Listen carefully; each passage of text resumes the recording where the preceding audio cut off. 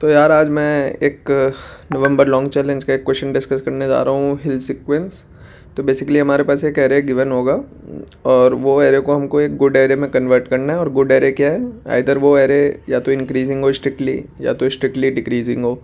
और अगर इन दोनों में से कुछ ना हो तो एक पर्टिकुलर इंडेक्स तक वो इंक्रीज़ करे और फिर डिक्रीज़ करे। और अगर ये तीनों केस ना हो पॉसिबल तो हमको -1 प्रिंट करना है। तो यार ये क्वेश्चन, ये रहे टेस्ट केस, इसके ये रहे आउटपुट। तो देख लेते हैं। तो जैसा कि क्वेश्चन में गिवन है, ये 3 केसेस हमको बनाने हैं। ठीक है, ये इंक्रीजिंग हो गया, ये स्ट्रिक्टली डिक्रीजिंग हो गया, ये पहले इंक्रीज़ हुआ और फिर डिक्रीज़ हुआ, ये 3 चीज़ बनाना है। तो अप्रोच क्या रहेगी कि मान लो अगर एरे में सारे यूनिक एलिमेंट है, एक भी एलिमेंट रिपीट नहीं करता।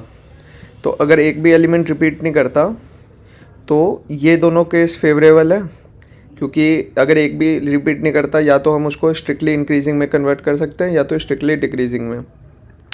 और अगर ये दो केस फेवरेबल है तो हमको पता है कि इन दोनों केसेस के में से हमको प्रिंट करना है लेक्सोग्राफिकली लार्जेस्ट वन। तो हमको पता है स्ट्रिक्टली इंक्रीजिंग और स्ट्रिक्टली डिक्रीजिंग में लेक्सोग्राफिकली सबसे बड़ा कौन सा होता है? डिक्रीजिंग। तो हम सिंपल से क्या करेंगे, अगर एरे में एक भी एलिमेंट रिपीट नहीं कर रहा तो हम सीधा डिक्रीजिंग में एरे को अपने प्रिंट कर देंगे।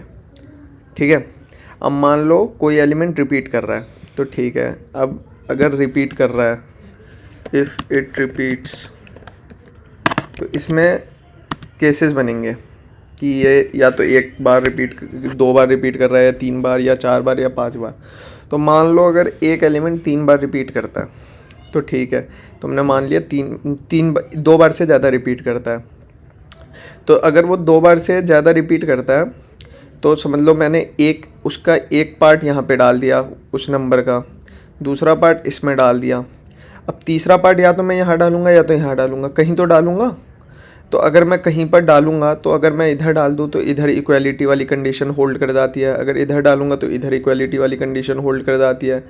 तो बेसिकली मेरा कहने का मतलब क्या है कि अगर एलिमेंट 2 बार से ज़्यादा रिपीट कर रहा है तो हमको -1 डायरेक्टली प्रिंट करवा देना है, क्योंकि जो तीसरा एलिमेंट मैं डालूँगा 2 के बाद, वो या तो यहाँ डालूँगा या तो यहाँ डालूँगा, कहीं भी डालूँ इक्वालिटी कंडीशन होल्ड कर जाएगी, जो कि स्ट्रिक्टली इंक्रीजिंग और स्ट्रिक्टली डिक्रीजिंग वाली कंडीशन फॉलो नहीं करती। और यहाँ पे इक्वालिटी नहीं दे सकते, इसलिए वो वाली कंडीशन फॉलो नहीं करते, इसलिए हम -1 प्रिंट कर देंगे। तो हम पहले एक बार एरे में ट्रैवर्स कर लेंगे और चेक कर लेंगे किसी भी एलिमेंट की अगर फ्रीक्वेंसी 1 से ज़्यादा है तो direct -1। For example let's take this test case. तो इसमें 1 की फ्रीक्वेंसी 3 है तो डायरेक्ट -1 प्रिंट हुआ होगा। देखो सेकंड टेस्ट केस के लिए इसने -1 प्रिंट कर दिया। मान लो फोर्थ टेस्ट केस में भी यहाँ पे 2 की फ्रीक्वेंसी 3 है, 1 2 3, तो यहाँ पे इसने डायरेक्ट -1 प्रिंट कर दिया। ठीक है, अब मान लो 2 बार रिपीट कर रहा है। ठीक है, सारे एलिमेंट सिंगल रिपीट कर रहे हैं, फिर तो मैंने बता दिया या तो ये केस होगा या तो ये केस होगा। इन दोनों में से लेक्सोग्राफिकली लार्जेस्ट ये वाला होता है, इसलिए हम सीधा एरे को सॉर्ट करके डिसेंडिंग में प्रिंट कर देंगे। ठीक है, अब मान लो 2 बार रिपीट कर रहा है तो उसमें भी केस है।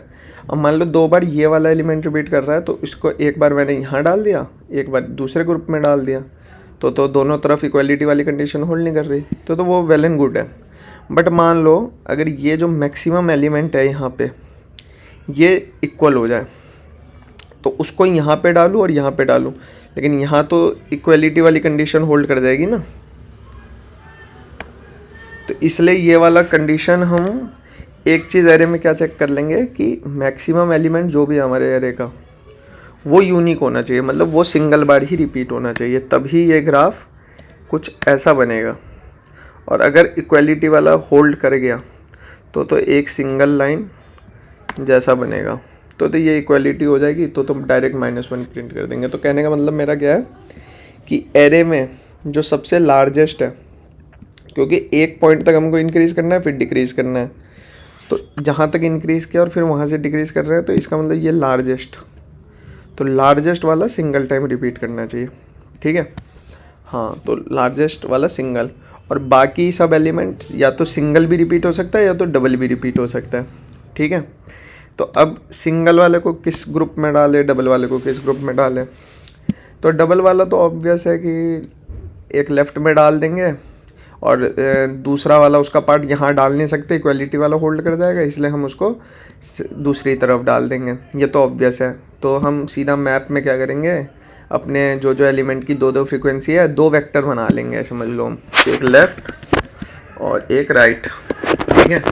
तो जो भी जिसकी भी फ्रीक्वेंसी 2 है तो उसका एक अकरेंस हम लेफ़्ट में डाल देंगे और एक अकरेंस हम राइट में डाल देंगे, ठीक है। अब बचा सिंगल वाला, तो सिंगल वाला हम लेफ़्ट में डालें या राइट में डालें।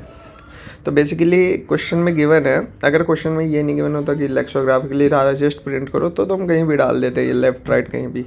बाकी हमको पता है कि लेक्सोग्राफिकली लार्जेस्ट प्रिंट करना है, तो लेक्सोग्राफिकली लार्जेस्ट प्रिंट करना है, इसलिए हम उसको राइट साइड में डालेंगे उस एलिमेंट को। क्यों, ये तुम टेस्ट केस बना के देख सकते हो, ये सारे टेस्ट केस के लिए सेटिस्फाई करेगा। क्योंकि जैसे फॉर एग्ज़ाम्पल कोई है इसमें टेस्ट केस ऐसा कोई गिवन जो कि कर जाए, जैसे 27521, तो ठीक है 27521, तो यहाँ पे 2 की तो ये ले ही लेते हैं एक टेस्ट केस हम 27521।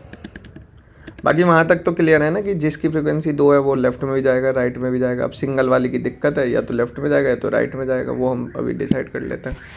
तो 27521, तो पहले मैंने क्या किया, पहले मैं चेक करूँगा कि कोई एलिमेंट 2 से ज़्यादा रिपीट कर रहा है। 2 2 बार रिपीट कर रहा है, 7 1 5 1 2 2 बार 1 1 बार, ठीक है, ये कंडीशन तो है, तो -1 प्रिंट नहीं करेंगे।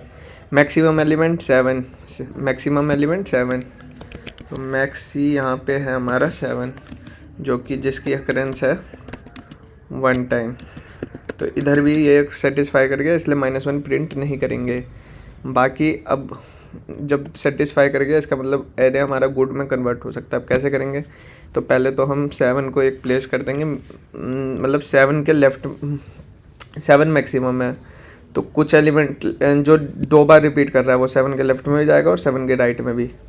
तो एक 7, जैसे मैंने मिडल में 7 डाल दिया मैक्सिमम, ठीक है। अब जो 2 बार है, जैसे 2 2 बार है तो लेफ़्ट में भी डाल दिया 7 के और एक राइट में भी डाल दिया, ठीक है। अब 5 1 है तो ये सिंगल टाइम रिपीट, अब मैंने क्या कहा था, सिंगल टाइम जो रिपीट कर रहा है उसको लेफ़्ट राइट में डालेंगे।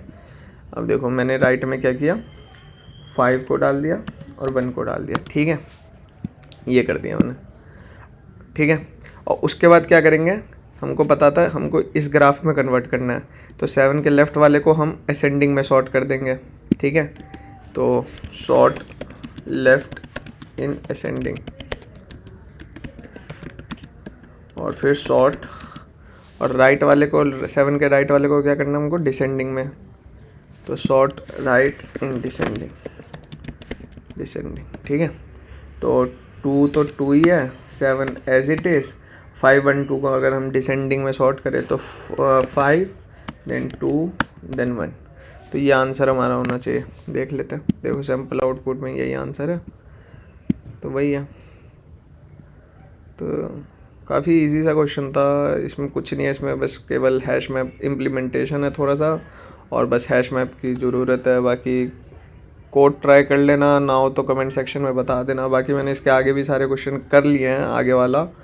बाकी अगर वो आप चाहते हो कि मैं उसका सॉल्यूशन या उसका मतलब एडिटोरियल थोड़ा पोस्ट करूँ यूट्यूब पे, तो प्लीज़ सब्सक्राइब द चैनल, ठीक है गाइस।